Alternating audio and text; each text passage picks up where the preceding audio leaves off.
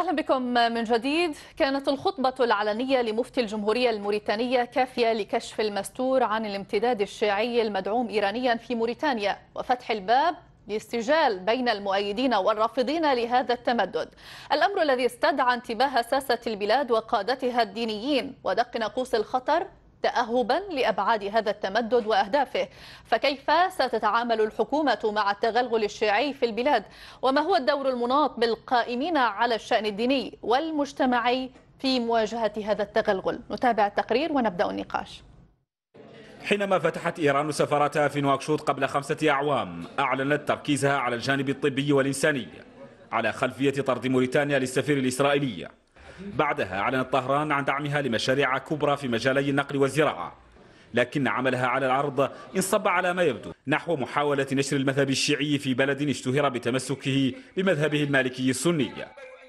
مساع اضطرت مفتي البلاد للخروج عن صمته ومطالبة الرئيس وحكومته أمام الملأ بوضع حد لما أسماه الخطر الشيعي الصفوي. ما أثبت عندي من طريق الشهود العدول جماعات وأفراد من أن بلدنا هذا وللأسف ينشط فيه المد التشيعي الصفوي الفارسي. أنا لا أريد التصعيد على أي بلد، وخصوصا بلد ما زالت بيننا وبينه علاقة، لكني مضطر، هذا اعتداء على ثوابت شرعية. حديث المفتي أشعل فتيل نقاش سياسي في أوساط النخب الدينية والفكرية والسياسية في موريتانيا، ويتوقع أن ينتقل النقاش إلى قبة البرلمان في دورته المقبلة، كما شهدت الساحة الإعلامية نقاشات حادة حول الموضوع. هنالك إصرار واضح من خلال السفارة الإيرانية، من خلال بعض الممثليات الحوزات في المنطقة، في تقديري الحالة السنية هنا هي حالة عريقة امتدت قرونا، ولا أظن أن التشيع بإمكانه أن يخترق، رغم أن محاولاته تبدو محاولات حديثة ومداخله تبدو مداخل متعددة. اختلط الدبلوماسي والسياسي بالمذهبي في نشاط السفارات الإيرانية، يقول خصوم طهران.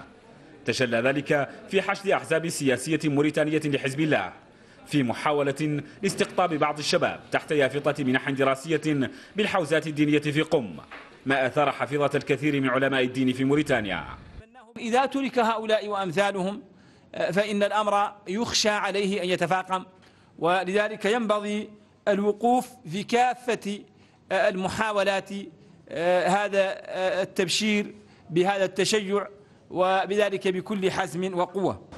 التوغل الإيراني في الشارع الموريتاني يرده منتقده إلى الإغراءات المالية في الأساس المقدمة من طهران لبعض النخب الدينية والسياسية المحلية. نفوذ إيراني طاغ في موريتانيا، هكذا تصف النخب الدينية والسياسية والثقافية الموريتانية الوضع في محاولة منها لوقف هذا المد. فتى البخاري، قناة الغد، نواكشوط. نبدأ النقاش وأرحب بضيوفي معنا عبر سكايب من باريس الخبير في الشأن السياسي الموريتاني سيد حمدو عبد الملك. أهلا بك سيد حمدو. كما أيضا ينضم إلينا عبر الهاتف من نواكشوط المرابط ولد الحاج عضو منتدى العلماء الأئمة في موريتانيا.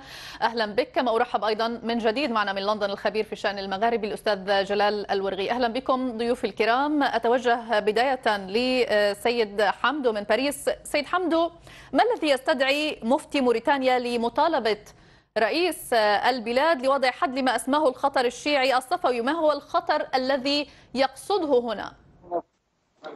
السلام عليكم ورحمة الله. اللهم صل وسلم على سيدنا محمد النبي الأمي وعلى آله وصحبه وسلم تسليما.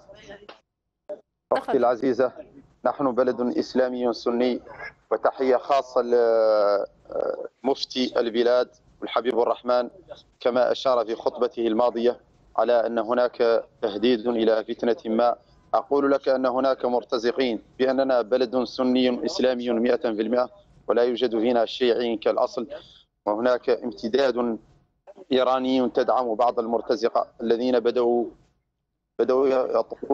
يضربون الأطبال في يعني سيد حمدو، هذا خطاب عام، نود منك توضيح أكثر. هل من معطيات واضحة على الأرض تستند إلى هذا الأمر، أم هو مجرد فقط فقاعة إعلامية تم تداولها إعلاميا وعلى وسائل التواصل الاجتماعي بشكل مبالغ فيه ربما؟ أنا أقول لك أن هناك مبالغة كبيرة، بأن المسجد الذي أخرجوه في الفيسبوك وفي وسائل الإعلام بأنه مسجد للشيعة في دار النعيم في ضواحي نواكشوط.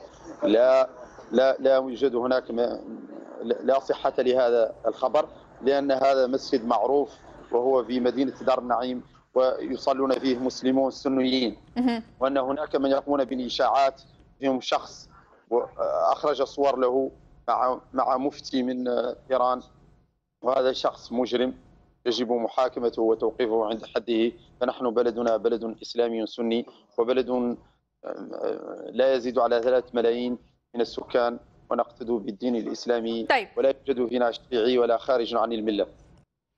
ما رأيك سيد جلال الورغي؟ هل بالفعل ثمة مظاهر بادية في موريتانيا بالتوجه للتشيع أم أن ثمة مبالغة إعلامية من جراء هذا الأمر؟